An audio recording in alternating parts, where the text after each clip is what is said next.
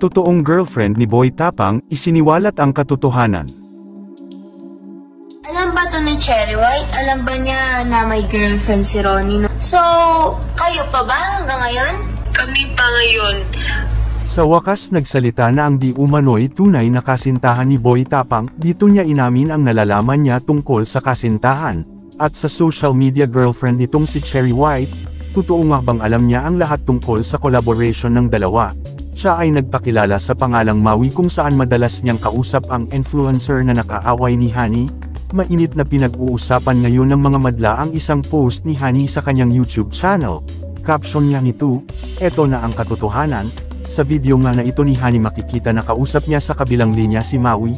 Inamin nga rito ni Maui na hanggang ngayon ay sila pa ni Boy Tapang. Sa call nga nilang ito ay maraming ang isiniwalat si Maui. Isa na rito ang pagpaalam daw sa kanya ni Boy Tapang na collaboration lang ang gagawin nila ni Cherry White. Aniya ay wala naman daw siyang problema sa mga collab dahil formal lang umano iyon. Naibahagi nga ni Maui na noong pumunta sa Cebu si Cherry White ay sila na raw pala ni Boy Tapang.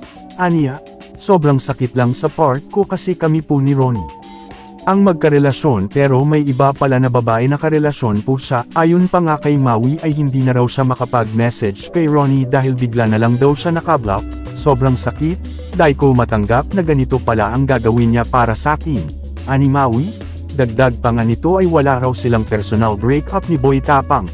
Pagbabahagi pa nga ni Maui ay masaya naman raw ang relasyon nila ni Boy Tapang. Ngunit noong dumating na si Cherry White ay nagkaroon na sila ng problema. Nagme-message din daw si Maui sa Telegram ni Boy Tapang, ngunit hindi daw nito sinisin. Ani Maui, ang kapal ng mukha niya as in. Naibahagi pa nga rito ni Maui na nag-message umano si Ronnie sa kanyang barkada.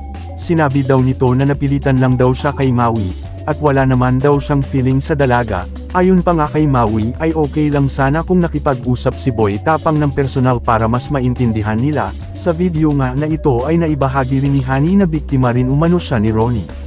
Ayon nga kay Honey ay nanligaw daw sa kanya si Ronnie noong November at December, habang sila pa ni Maui. Talagang gulat na gulat nga si Honey sa mga revelasyon ni Maui sa kanya. Hindi talaga siya makapaniwala na ganun ang ugali ni Boy Tapang. Samantala, wala pang pahayag sina Boy Tapang at Cherry White tungkol sa revelasyon ni Maui.